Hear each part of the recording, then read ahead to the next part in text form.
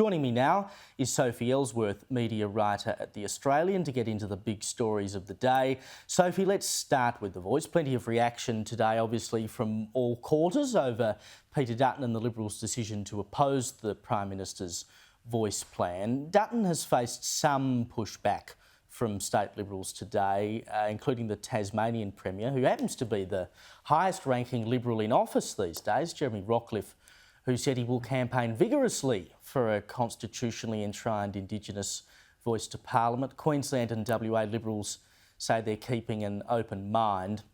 Then obviously you had Ken Wyatt today, who was the first Indigenous person to be a Liberal Indigenous Affairs Minister.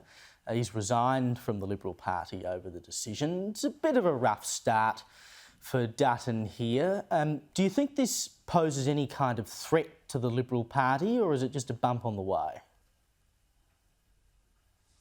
Well, Caleb, we were always going to expect a bit of fallout from the decision that they made yesterday. But if the Liberal Party wants to go back to its core values and win back the Conservative voters, I believe many of them are concerned about the Voice and they needed to take a strong stance on this. I did not think that the Prime Minister and Noel Pearson today on RN Breakfast calling Mr Dutton the Undertaker did their cause any good. It seems that the Voice is largely being built on emotion. People want to know how will this impact them, what it means for Australians, but the minute people question it, they're deemed racist. And that's where the argument is falling down, and that's where I think the Voice will have a lot of issues.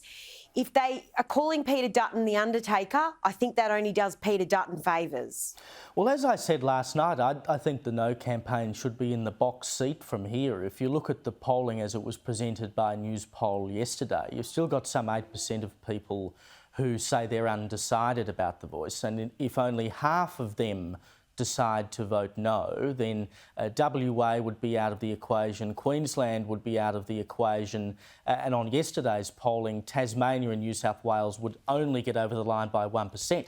So you don't really have to do a lot, assuming that you can convince enough people to move, to defeat at least with a double majority. And as you said there, the Prime Minister came out swinging against Dutton today. I mean, he's basically said it's cynical, it's all politics.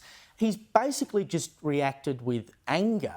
Surely this gives Dutton an upper hand here. It's showing that Albanese is worried. I think that is right, Caleb. I think Albanese is worried, given all the emotion that we heard today. I mean, listening to the ABC, it's very hard on there to hear a no voice on there. I was listening to RN Breakfast this morning. It was littered with pro voices, bagging the Liberal Party, bagging their decision. They had Bridget Archer on there. They had Noel Pearson. They gave Paul Fletcher little time.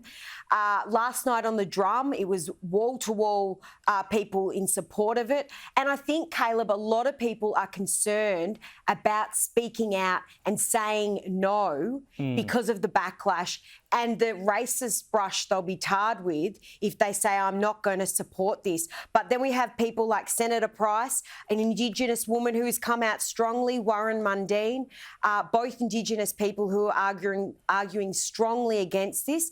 And I think a lot of people are going to pay a lot of attention to what people like those two have to say. I'm glad you listened to RN Breakfast, Sophie, so the rest of us don't have to. Well, let's get away from the Voice now. There is continued concern in the construction industry and all about the ramifications, obviously, after Porter Davis collapsed last week. It's certainly not the first builder to collapse of recent times, but industry players are now pointing the finger at pandemic-era government-inflated housing bubble, basically, which they're saying has finally popped. All this money was pumped into getting the construction industry going for some level of economic stimulus. They're saying there are more closures coming because this bubble has burst. What's the latest? Well, that's right. We've had this latest building company collapse. Premier Dan Andrews has said he is not bailing them out. I do agree with that decision. I don't think they should be bailing out these businesses because once they start, it never ends. We've got mounting debt down here in Victoria. It's mounting up over our eyeballs. We've got mounting debt across the country. But we have a lot of issues in the building industry, Caleb, because we have supply chain issues, rising costs of products to build homes. And then we've got the inflationary and interest rate problems. So it's really a hot mess. And the property market is under a lot of strain at the moment because we know mortgage holders took on far too much debt. I think a lot of them were living in oblivion and thinking interest rates would never rise. And here we are, and they're going up and up, although Tuesday, they were kept on hold. Well, you mentioned Daniel Andrews. We'll stick in Victoria. The integrity watchdogs down there where you are, IBAC and the Ombudsman, are now pushing for greater independence from the state government to prevent the government of the day from controlling parliamentary committees that oversee them. I mean, we've already seen a little bit of that interference, I suppose. Can Victorians actually have faith in the integrity and independence of those watchdogs as the system currently stands, do you think? Well, you've got Ombudsman Deborah Glass criticising what's going on down here. You had Robert Redlick, the former IBAC commissioner, raising his concerns, and Dan Andrews speaking to him, speaking about him, just calling him, I think he referred to him as that bloke or that man, which is incredibly insulting for someone of his seniority. But look, we have a Labor stranglehold on Victoria. We've got an absolutely pathetic and spineless Liberal opposition who stand for nothing. So we've got Labor basically weaved all through bureaucracy, obviously running all the government departments. They're basically dominating this state and have done for 30 odd years with this pathetic Liberal Party going on down here. So it's hard to see this changing. But when you have people such as Deborah Glass and IBAC speaking about concerns, all Victorians should sit up and listen to this, Caleb. It's a real worry. I think you're being a bit unfair on the Victorian Liberal Party there. They have stood up for something recently. They've stood up for kicking women out of the party because they stand up for women, Sophie. I mean, you can't accuse them of not taking a stand. Well, they have men running the Liberal Party who effectively shoot down a woman who's standing up for female rights. So there you go. And they effectively worry about fighting within themselves rather than fighting Dan Andrews. And that's why they went backwards in the state election. And that's why they'll be in opposition for a long time yet.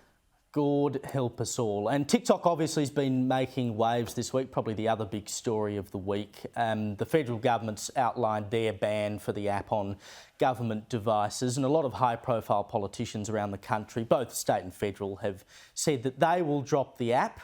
New South Wales Premier Chris Minns is the latest to join them today, but there are still some pollies who haven't dumped TikTok, Sophie. Yeah, that's right. I mean, our Premier down here, Mr Daniel Andrews, he's got a TikTok account with over 100,000 followers. What I read earlier this week is he's going to shut down that account. It was still active just before I came on TV tonight. You got Mark McGowan on there.